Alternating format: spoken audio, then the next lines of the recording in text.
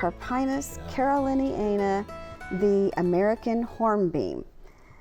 This tree is zoned 3 to 9, so it even has a larger range. Of course, it's a native tree to the U.S. Its height is 20 to 30 feet, so it's a little bit taller, but it's not a thick tree. It's not a real full tree when it's not in the sun. Okay. The trunk of this, it's very slow growing. And the trunk of it, you can recognize it along the banks of rivers and stuff because it's got considered muscly wood. It's really smooth bark that looks like it's got muscles on it. How about that? So very, very nice, smooth, muscular looking tree trunk. Okay. It can take wet soils because that's where it's found naturally is around stream beds and things like that, on hills. Of course, it's usually on an incline, so that's why it likes well-drained soil. Makes sense. Okay.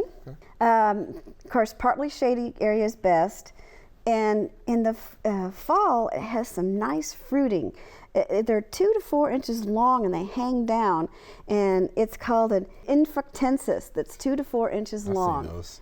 So they're very, very pretty and very showy in the fall. Something nice to look forward to. Wow, that was quick. If you want quick gardening tips, just subscribe below.